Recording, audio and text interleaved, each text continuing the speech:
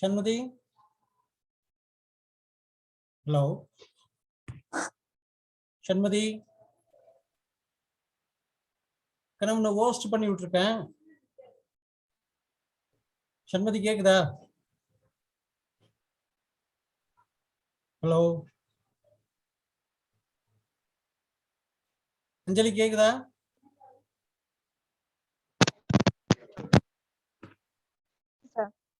கேக்குதா கண்ணே? S sir. Okay, இந்த பாரு உன்னை ஹோஸ்ட் பண்ணி விட்டுருக்கேன், வரவங்களுக்கு ஜாயின் பண்ணி விடு. ஓகேவா? எஸ் ஓகேங்க சார். ரைட், இன்னைக்கு क्वेश्चन பேப்பர் எப்படி இருந்தது?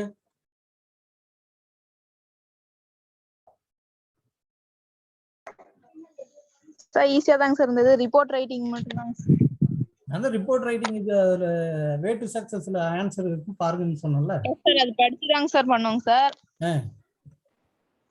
படிச்சிட்டேங்க சார், ஆனா கொஞ்சம் அது மட்டும் புரியலைங்க சார். ஆனா எப்படி எழுதுறதுன்னு தெரியல.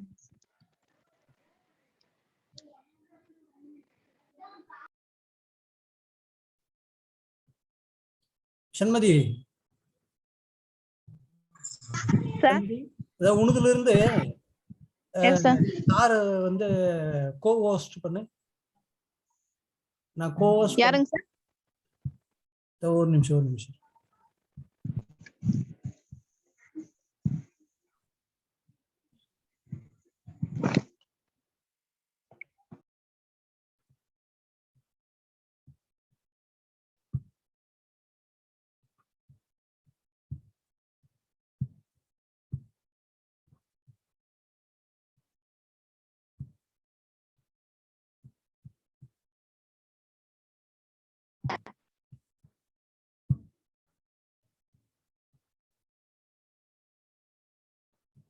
ஸ்கிரீன் தெரியுதா கண்ணே?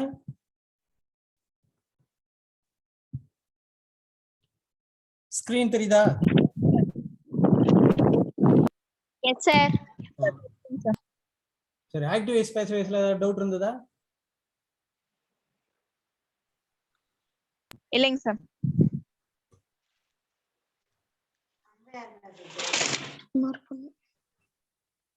ஓகே, அப்போ வந்து இப்போ நம்ம இது இதுவரையும் வந்து ஆக்டிவ் வைஸ் பேசிவ் வைஸ் பார்த்துட்டு இருக்கோம் இல்லையா? Yes sir. Yes sir. Active voice passive voice வந்து கன்வெர்ட் பண்றதுக்கு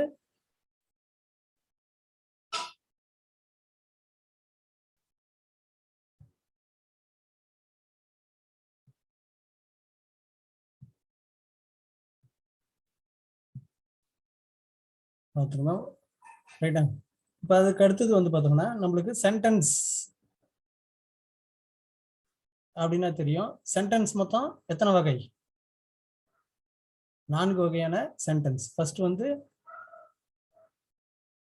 டிக்ளரேட்டிவ் ஆர் ஸ்டேட்மெண்ட்.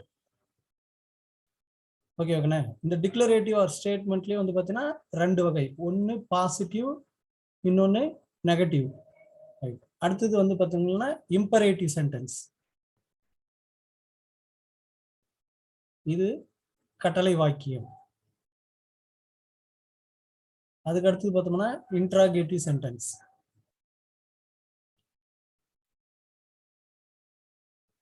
இன்ட்ராகேட்டிவ் சென்டென்ஸ்ன்றது கேள்வி வாக்கியம். அதுக்கப்புறம் வந்து பார்த்தோம்னா எக்ஸ்கிளமேட்டரி சென்டென்ஸ், ஆச்சரிய வாக்கியம். இப்போ இந்த 4 வகையான வாக்கியத்துல நம்ம இதுவரையும் பார்த்தது டிக்ளரேட்டிவ் சென்டென்ஸ்ல பாசிட்டிவ் சென்டென்ஸுக்கு மட்டும்தான் நம்ம வந்து என்ன பார்த்துருக்குறோம், ஆக்டிவ் வாய்ஸ்ல இருந்து எப்படி பேசிவ் வாய்ஸா மாத்துறது. அந்த 12 டென்ஸ்ல நம்மளுக்கு 8 டென்ஸுக்கு மட்டும்தான் மாற்ற முடியும்.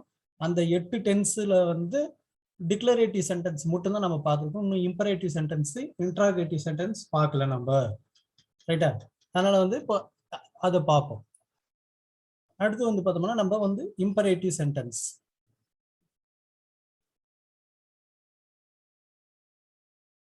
இம்பரேட்டிவ் சென்டென்ஸ்னா என்ன சொன்னோம்? கட்டளை வாக்கியம். இம்பரேட்டிவ் சென்டென்ஸ்னா கட்டளை வாக்கியம். சரி, இப்ப கட்டளை வாக்கியத்துக்கு ஏதாச்சும் எடுத்துக்காட்டு சொல்லுங்க பார்க்கலாம். Go out. கட்டளை வாக்கியத்தினுடைய சென்டென்ஸ் பேட்டர்ன் என்ன? வெர்புல ஆரம்பிக்கும். ரைட்டா? மீதி எல்லாம் இருக்கும். ஏன்னா இருக்காது, சப்ஜெக்ட் இருக்காது, டைரக்டா வெர்புல ஆரம்பிக்கும். Go out. சரியா? Take your pen. இது மாதிரி வந்து இருக்கிறதா வந்து கட்டளை வாக்கியம். ஓகேவா? இப்ப இந்த மாதிரி கட்டளை வாக்கியம் வந்துச்சுன்னா அதுக்கு எப்படி மாத்தணும் அப்படின்னா, இப்போ கோ அவுட் அப்படின்னு இருக்கா, முன்னாடி லெட். சரியா? இப்ப இங்க சப்ஜெக்ட் இல்லாதனால நம்ம என்ன பண்ணுவோம், சப்ஜெக்ட் ஆப்ஜெக்ட் கொண்ட ஒரு சென்டென்ஸ் பேட்டர்ன் பிரிப்போம், வெர்பு. சரியா? மீதி இங்க வந்து சப்ஜெக்ட் ஆப்ஜெக்ட் வரலாம், இல்ல காம்ப்ளிமெண்ட் வரலாம், இல்ல அட்ஜென்ட் வரலாம், எது வந்தாலும் சரி ஆப்ஜெக்ட் கட்டாயம் இருக்கணும். இங்க வந்து கட்டளை வாக்கியத்துல ஆப்ஜெக்ட் இருக்கணும்னு அவசியம் இல்லை. ஆனா இங்க சப்ஜெக்ட் இல்ல. இங்க சப்ஜெக்ட் இல்லாதனால எல்லா கட்டளை வாக்கியத்திலையும் என்ன சப்ஜெக்ட் இருக்கிறதா அர்த்தம் அப்படின்னா யூ இருக்கிறதா அர்த்தம். ஏன்னா நம்ம கட்டளை யாருக்கு இடுவோம்? நம்மளுக்கு நாமே இட்டுக்குவோமா கட்டளை? அருண் வாய்மூடு அப்படின்னு நான் சொல்லிக்க முடியுமா? யாரதான் சொல்லுவேன்? அடுத்த ஆளை பார்த்துதான் நான் வந்து வாயமூடு அப்படின்னு கட்டளை இட முடியும், வெளியே போன்னு கட்டளை இட முடியும், நோட்டேடுன்னு கட்டளை இட முடியும். சரியா? இல்லைன்னா வந்து இது வந்து கட்டளை மட்டும் கிடையாது, வேற என்னென்ன இருக்குது? கெஞ்சி கேட்டல், ஆலோசனை கூறுதல். சரியா? கெஞ்சி கேட்கறதுன்றது ரெக்வெஸ்ட், ஆலோசனை கூறுறது வந்து சஜஸ்ட். ஓகேவா? ஆர்டர் போடலாம், ஆர்டர் போடலாம், அது வந்து ஆர்டர் தான் வந்து கட்டளை. அட்வைஸ் பண்ணலாம். சரியா? அட்வைஸ். இப்ப இதுல இந்த கட்டளை வாக்கியத்துல இத்தனை வகை இருக்குது. அது எப்படி கெஞ்சி இது பண்றதுன்னா அங்க என்ன வார்த்தை வந்திருக்கும்? ப்ளீஸ் அப்படின்னு வந்திருக்கும். ஆலோசனை கூறுதல். அடுத்து ஆர்டர் வந்து இதே மாதிரிதான் வெர்புல ஆரம்பிக்கும், அட்வைஸ். சரியா? இப்ப அந்த மாதிரி எல்லா கட்டளை வாக்கியத்திலுமே முன்னாடி வந்து சப்ஜெக்ட் இருக்காது. ஆனா அந்த சப்ஜெக்ட் என்னவா கருதப்படுது? யூ அப்படின்ற சப்ஜெக்ட் இருக்கிறதா கருதப்படுது. அப்போ லெட் கோ அவுட்னா let us go out, let us go out. சரி, இப்ப அடுத்தது பாரு, டேக் யுவர் நோட். லெட் இது வெர்பு, இது ஆப்ஜெக்ட். ஏன்னா இல்ல சப்ஜெக்ட் இல்ல. Let your pen be taken. இங்க லெட் போடுறோம், இங்க பி போடுறோம். சரியா? Listen year.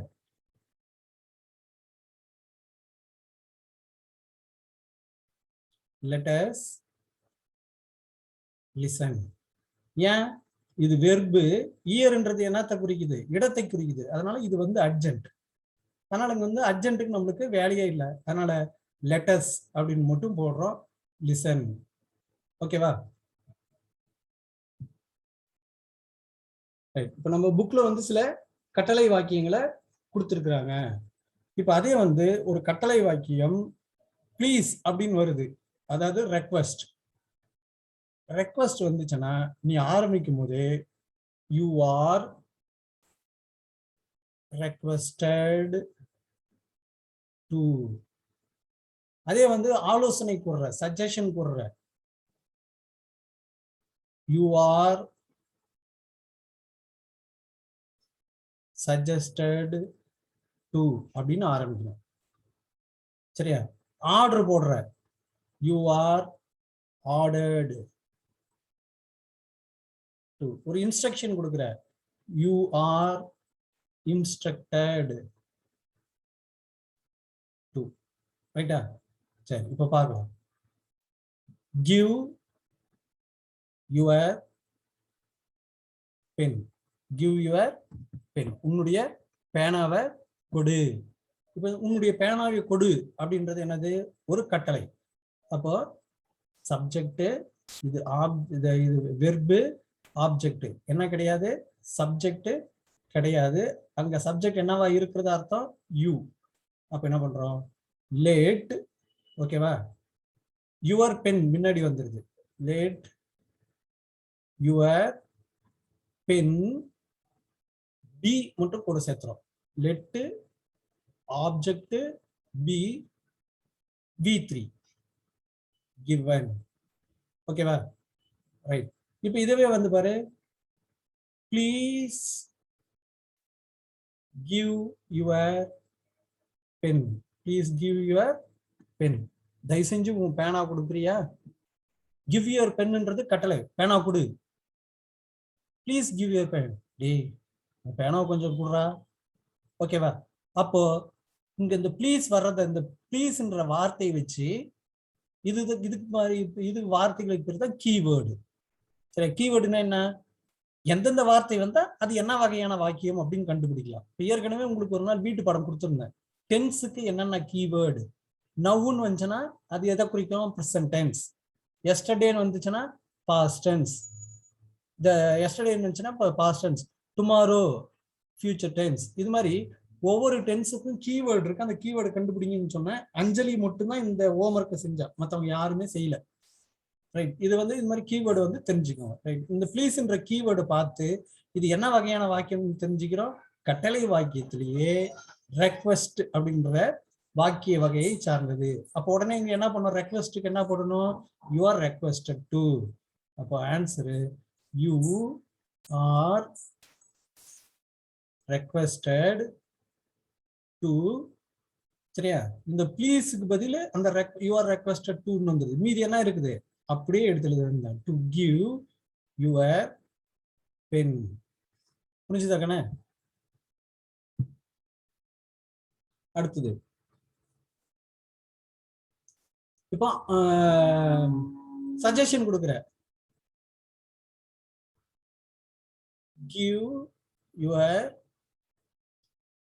Pen to your friend. அப்போ you are suggested to give your pen to your friend. ஓகேவா? இப்போ இந்த மாதிரி வந்து நம்ம இந்த வாக்கியத்துக்கு தகுந்த மாதிரி மாத்திக்கலாம். சரி, இப்போ புக்ல இருக்கிற ஒரு சில எடுத்துக்காட்டுகளை பார்ப்போம்.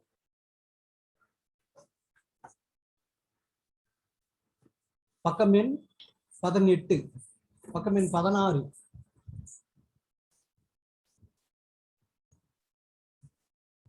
இது எதுக்கு உங்களுக்காக இது பண்ணுதுன்னா, சனிக்கிழமை நடக்கிற யூனிட் டெஸ்ட்ல உங்களுக்கு வரத்துக்கான வாய்ப்புகள் இருக்கிறதுனால. ஏன்னா இது ஒண்ணு மட்டும்தான் நம்ம வந்து நடத்தாம இருக்குது. அதாவது ஆக்டிவ் வைஸ் பேசிவ் வைஸ் நடத்திட்டோம். அதுல இம்பரேட்டிவ் சென்டென்ஸும் இன்ட்ராகேட்டிவ் சென்டென்ஸும் எப்படி அப்படின்ற ஒரு நடத்தாம இருக்கிறதுனால அது மட்டும் உங்களுக்கு சொல்றேன். ப்ளீஸ், ஃபர்ஸ்ட் கொஸ்டின் பாருங்க. Please call him at once. Please call him at once. இப்போ இது ப்ளீஸ் அப்படின்றத வச்சுக்கிட்டு நம்ம என்ன வகையான வாக்கியம்னு கண்டுபிடிக்கிறோம்? ரெக்வெஸ்ட்னு கண்டுபிடிக்கிறோம். கால்ன்றது தான் வெர்பு, இம்ன்றது ஆப்ஜெக்ட், அட் ஒன்ஸ் நேரத்தை குறிக்குது, அர்ஜென்ட். சரி, அப்ப என்ன பண்றோம்? ப்ளீஸ் வந்திருக்கிறதுனால you are requested to. Please பதில் தான் இதை எழுதிட்டோம். அப்ப அடுத்தது என்ன இருக்குது? Verb. To call him at once. ஓகேவா? இப்ப இதே கேள்வி உனக்கு ப்ளீஸ் இல்லாம இருந்துச்சுன்னு வச்சுக்கோங்க. கால் him at once. ரைட்டா? you are ordered to call him at once. ஓகேவா? இல்ல சிம்பிளா எழுதுற. கால் him at once. Call him at once. Right. Verb, object, adjunct. Let us call him at once. இந்த பி அப்படின்றது எப்ப நம்ம பயன்படுத்துவோம் அப்படின்னா ஆப்ஜெக்ட் இல்லாத பொழுதுதான் பயன்படுத்துவோம். ரைட்டா? ரைட். அடுத்த வாக்கியம்.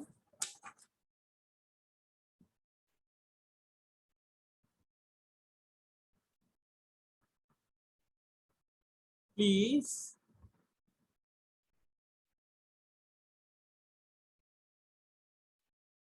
do not walk on the grass. புல்லு மேல நடக்காதீங்க. இந்த வாக்கியம் எங்க நம்ம பார்த்திருப்போம்? பூங்காவுல பார்த்திருப்போம். புல் மீது நடக்காதீங்க அப்படி. அப்ப இங்க ப்ளீஸ் வந்திருக்கிறதுனால யூ ஆர் ரெக்வெஸ்டட். சரியா? முன்ன என்ன போடுவோம்? டு போடுவோம். இங்க நாட் வந்திருக்கிறதுனால இது நெகட்டிவ் சென்டென்ஸ். அப்ப நெகட்டிவ் சென்டென்ஸ் டு நாட் இல்ல எந்த ஆக்சிலரி வெர்பு ஆக்சிலரி வெர்போட நாட் சேர்ந்துச்சுன்னா அது நெகட்டிவ் சென்டென்ஸ். அப்போ இங்க நாட் டு அப்படின்னு போட்டுக்கணும். சரியா? You are requested not to walk on the cross. Okay ஓகேண்ணா, புரிஞ்சுதா? ரைட்.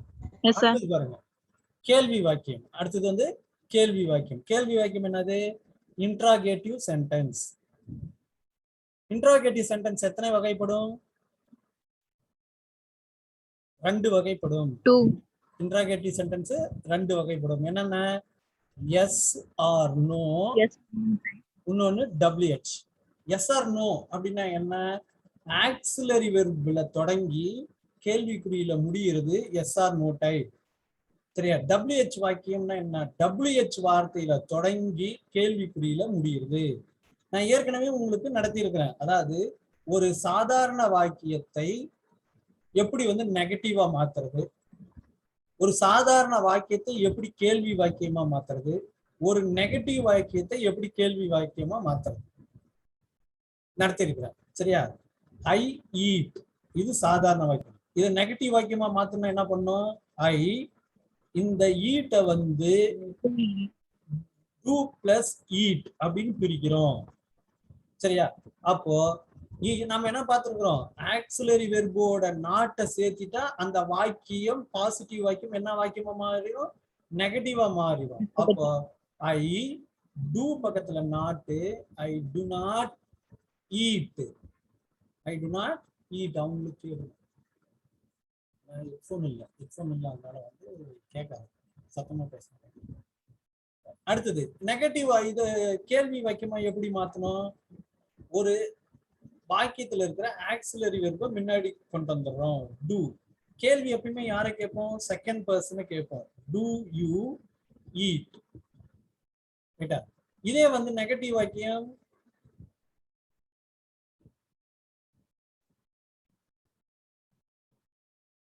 don't you eat. ஓகேவா? ரைட்.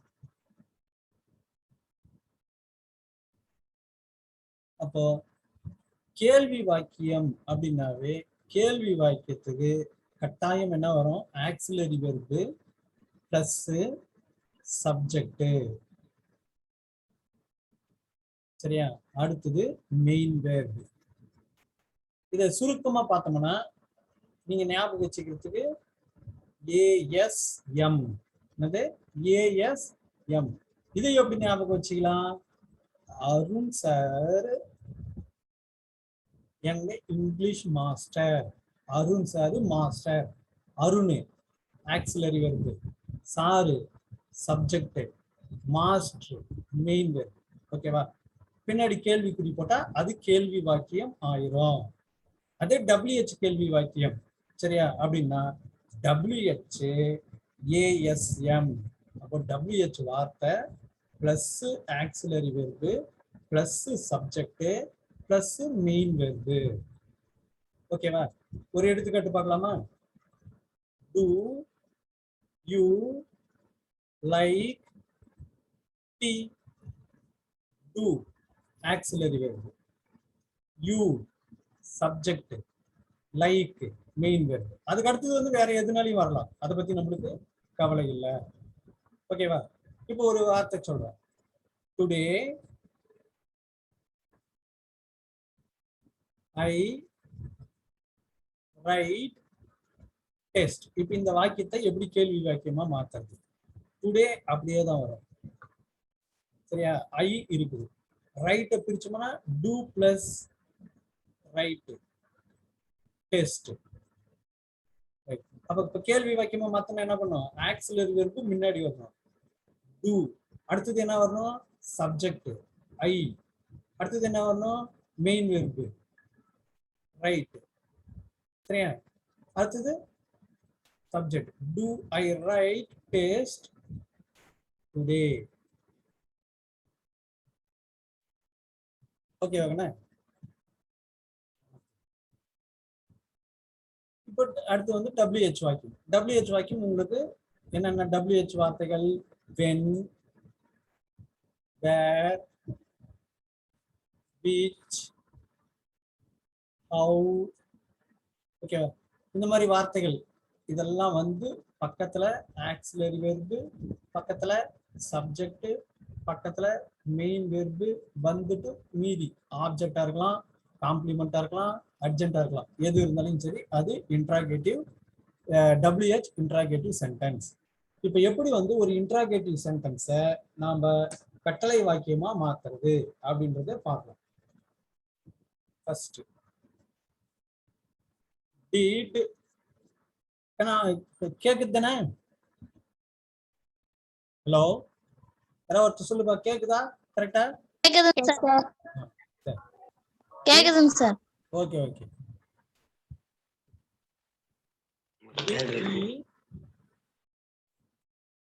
ரைட் எ லெட்டர்.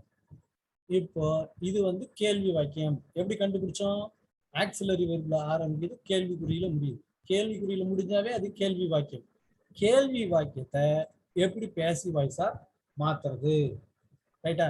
இப்போ முதல்ல இத வந்து என்ன பண்றோம்னா சாதாரண வாக்கியமா மாத்துறோம். இ. ஓகேவா? சாதாரண வாக்கியமா மாத்தணும்னா என்ன பண்ணணும்? சப்ஜெக்ட் வெர்பு ஆப்ஜெக்ட் இந்த பேட்டர்ன்ல பண்ணணும். எது சப்ஜெக்ட்? He subject. வெர்பு என்னது? டிட் பிளஸ் ரைட் சேர்ந்ததுதான் வெர்பு. A letter. ஓகேவா? அப்போ இது இ டிட் பிளஸ் ரைட் என்னவாகுது? ரோட் ஆகுது. A letter. ஓகேவா? இப்போ இத சென்டென்ஸ் பேட்டர்ன் பிரிங்க பழைய மாதிரி. A letter. ஓகேவா? ரோட் பாஸ்ட் டென்ஸ் வந்துருக்கு. அப்ப இதை என்னவா பிரிக்கணும்? என்ன ஆக்சிலரி இருக்கும்? வாஸ் வேற வரும். ஏன் லெட்டர்? ஒரு லெட்டர்ன்றதுனால வாஸ். எ லெட்டர் வாஸ் ரைட்டுக்கு V3 ரிட்டன் பை ஹிம். சரியா? இப்போ நம்மளுக்கு சாதாரண வாக்கியம் வந்துருச்சு. இத வந்து சென்டென்ஸ் பேட்டர்ன் பிரிச்சு பாருங்க. Subject verb object. இப்போ இத கேள்வி வாக்கியமா மாத்தணும்னா இந்த வாஸ் எப்படி வந்துடும்? நம்மளுக்கு கேள்வி வாக்கியமா ASM auxiliary verb was a letter written. சரியா? By him. இதுதான் கண்ண இந்த கேள்விக்கான ஆன்சர். அப்ப இந்த கேள்விக்கான ஆன்சர் நீங்க வந்து டைரக்டா அப்படியே எழுதுறதுக்கு முடியாது. அதனால என்ன பண்றோம்? முதல்ல இத சாதாரண வாக்கியமா மாத்திக்கிறோம். நான் உனக்கு இங்க பிரிச்சு பிரிச்சு காட்டி இருக்கிறேன். நீ டைரக்டா இங்க வந்து சாதாரண வாக்கியமா மாத்திக்கிற. எ லெட்டர் அதாவது இ did plus right road. E road a letter. E road a letter சாதாரண வாக்கியமா மாத்திட்டு அதை பேசிவ் வாய்ஸா மாத்து. அப்போ ஸ்டெப் வந்து என்னன்னா முதல்ல கேள்வி வாக்கியம் இருக்குது. கேள்வி வாக்கியத்தை சாதாரண வாக்கியமா மாத்து. சாதாரண வாக்கியத்தை பேசிவ் வாய்ஸா மாத்து. அந்த பேசிவ் வாய்ஸ் வாக்கியத்தை மீண்டும் கேள்வி வாக்கியமா மாத்து. புரிஞ்சுதா? இப்படி பண்ணீங்கன்னா தான் உங்களுக்கு ஆன்சர் ஈஸியா கிடைக்கும். வேற ஒரு எடுத்துக்காட்டு, இன்னொரு எடுத்துக்காட்டு. Is he watching us, is he watching us. ஓகேவா? இது வந்து கேள்வி, நம்மளுக்கு கொடுக்கப்பட்டிருக்கிற கேள்வி. இந்த கேள்விக்கு தான் நம்ம வந்து என்ன கண்டுபிடிக்கணும், ஆன்சர் கண்டுபிடிக்கணும். என்ன ஆன்சரு, பேசிவ் வாய்ஸா மாத்தணும். இது ஆக்டிவ் வாய்ஸ்ல இருக்கு. ஓகேவா? அப்போ முதல்ல என்ன சொன்னேன், இதை சாதாரண வாக்கியமா மாத்து. இ சப்ஜெக்ட், சரியா? ஈஸ் இந்த பக்கம் வந்துருது, வாட்சிங் us, is he watching us. இப்போ இத அடுத்து என்ன பண்ணோம், சென்டென்ஸ் பேட்டர்ன் பிரி, சப்ஜெக்ட், வெர்பு, ஆப்ஜெக்ட். ஓகேவா? இப்போ சாதாரண வாக்கியமா மாத்திட்டோம். இந்த சாதாரண வாக்கியத்தை பேசிவ் வாய்ஸா மாத்தணும். அப்ப என்ன பண்றோம், ஆப்ஜெக்ட் முன்னாடி வருது. அஸ்ஸுக்கு ஆப்ஜெக்ட் என்னது, பி, சரியா? ஹி பின்னாடி போகுது, அப்ப என்னவா போகணும், பை ஹிம். இஸ் வாட்சிங் வந்திருக்குது. இஸ் வாட்சிங்ன்றது கண்டினியூஸ் டென்ஸ், ஈஸ்ன்றது present, present continuous tense. Present டென்ஸ்னாவே ஆம், ஈஸ், ஆர் போட்டுக்கிறோம், சரியா? கண்டினியூஸ் டென்ஸ்ன்றதுனால பீயிங், ரீசார்ஜ் போட்டுக்கிறோம். இப்போ இந்த வீக்கு பக்கத்துல என்ன வரணும், ஆம் வராது, ஏன்னா ஐ வந்தாதான் வரும். ஈஸ் சிங்குலரா இருந்தாதான் வரும். பீன்றது ப்ளூரல், நாங்கள். அப்போ பக்கத்துல ஆர், வி ஆர், ரைட்டா? பீயிங் அப்படின்றது ரீசார்ஜ். வாட்சிங்க்கு V3 வாட்ச்டு,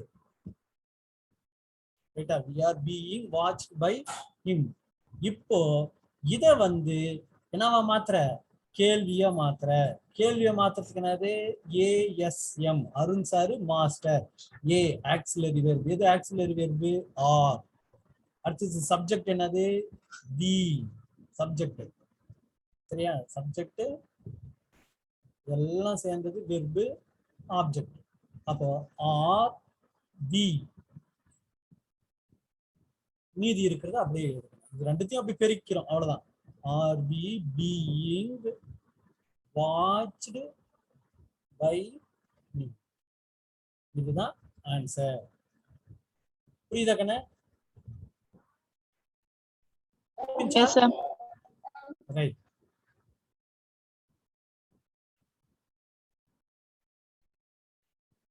ஒரு 2 நிமிஷம் அப்படியே இதுல பாருங்க.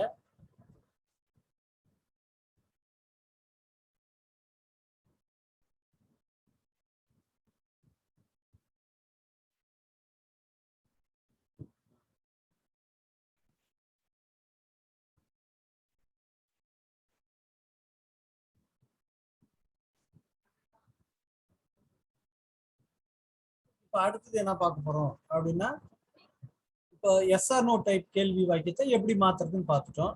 இப்போ WH கேள்வி வாக்கியத்தை எப்படி மாத்துறது, WH கேள்வி வாக்கியத்தை எப்படி ஆக்டிவ் வாய்ஸ் பேசிவ் வாய்ஸா மாத்துறது. Who will accept this, இதுதான் கொஸ்டின், உங்களுக்கு கேட்கப்பட்டிருக்கிற கேள்வி.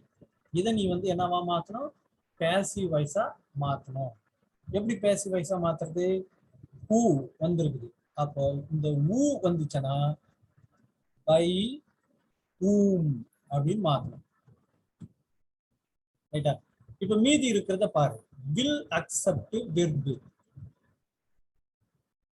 will acceptன்றது வெர்பு, thisன்றது ஆப்ஜெக்ட், by whom this. இது சாதாரண வாக்கியமா எழுதுனா என்ன பண்ணலாம், this subject, will auxiliary verb, accept, சரியா? this will accept. அப்போ by whom this will, future tense வந்துட்டாவே நீ என்ன போடுவ, ரீசார்ஜ் பி போடுவ. by whom this will be, accept V3 accepted, by whom this will be accepted. Okay வாங்கண்ணே? புரிஞ்சா? ஊக்கு பதிலு பை ஊம் போடுறோம். இது ஃபியூச்சர் டென்ஸ். ரைட்டா? எப்படி கண்டுபிடிச்ச ஃபியூச்சர் டென்ஸ்? ஒரு வாக்கியம் என்ன டென்ஸ் கண்டுபிடிக்கணும்னா எதை பார்க்கணும்? ஆக்சிலரி வெர்பை பார்க்கணும். அப்ப இது ஃபியூச்சர் டென்ஸ். இப்ப இருக்கிற மீதி இந்த ஊவை தவிர்த்துட்டு மீதி இருக்கிறது இந்த ஊன்றது இந்த இடத்துல ஏதோ ஒரு நபரை குறிக்குது. அப்ப இதுதான் சப்ஜெக்ட். Subject, verb, object. இப்ப இது அப்படியே மாத்து. திஸ் முன்னாடி வந்துருது. ரைட்டா? திஸ் வில்லுக்கு அப்படியே வில்லு வந்துருது. ரீசார்ஜ் பி வந்துருது.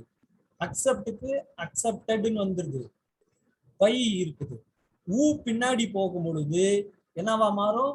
ஹூமா மாறும். ஓகேவா?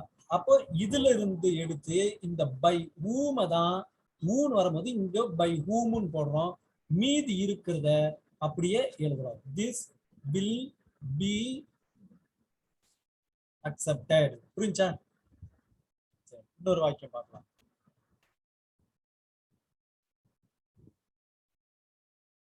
Who is teaching English? ரைட்டா? அப்ப இது என்ன பண்றோம்? இது subject, is teaching verb, English object.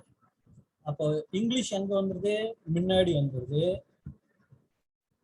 சரியா? பை வந்து ஊ வந்து பின்னாடி போகுது. ஊ பின்னாடி போகும்போது ஆப்ஜெக்ட் ப்ரொனௌனா மாறும்போது ஹூமா மாறிடுது. ஈஸ். சரியா? ஈஸ் வச்சு நம்ம என்ன பண்றோம்? Present tense. அப்போ ஆம், ஈஸ், ஆறு. இங்க இங்கிலீஷ்ன்றது சிங்குலர், இங்கிலீஷ். சரியா? டீச்சிங் ஐஎன்ஜி வருது. அப்போ ரீசார்ஜ் வந்து என்ன பண்ணணும்? பீயிங் போடணும். அப்போ English is being.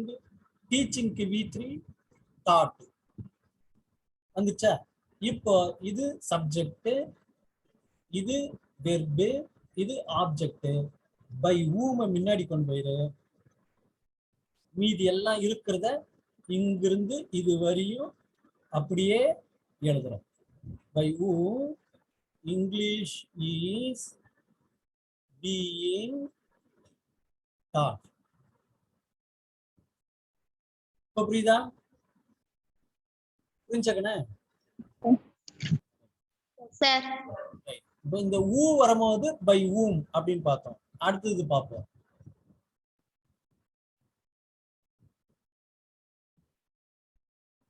When will you finish the class? எப்ப சார் கிளாஸ் முடிப்பீங்க? ரொம்ப போர் அடிக்குது அப்படின்ட்டு யாரும் கேட்க மாட்டாங்க. அஞ்சலி கேட்பா. சும்மா தமாஸ் அஞ்சலி உடனே கோச் நடந்துருக்காத. Subject will you finish.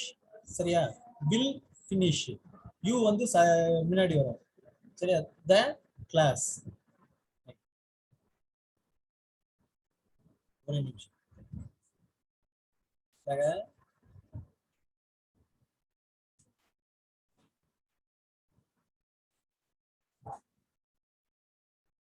the class.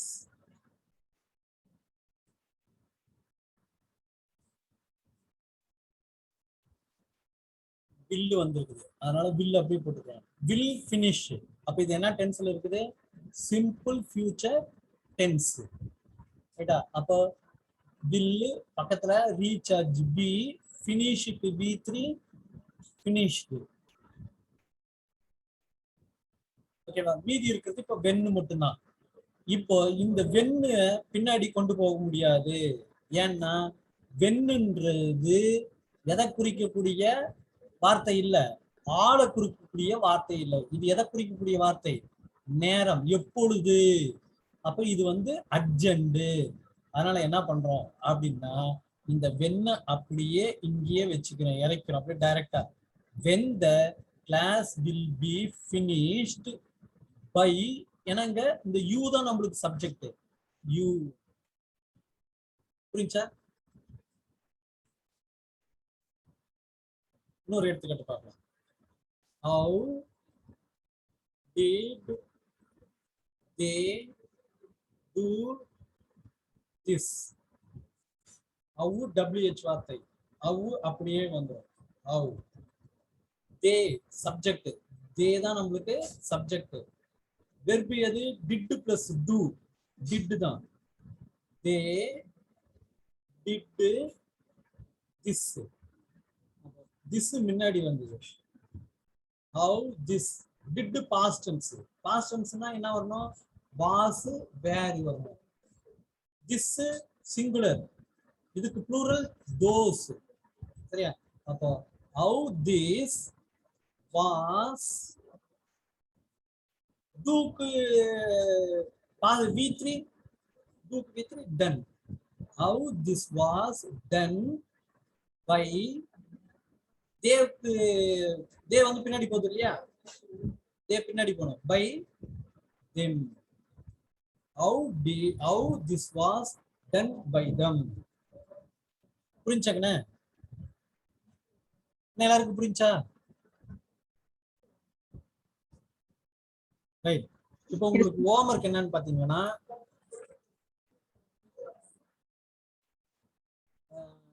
14ஆம் பக்கம் ஏற்கனவே முடிச்சிட்டீங்க. 15ஆம் பக்கத்துலயும் 16ஆம் பக்கத்துலயும் இருக்கிற எல்லா சென்டென்ஸையும் போட்டு பாக்குறீங்க.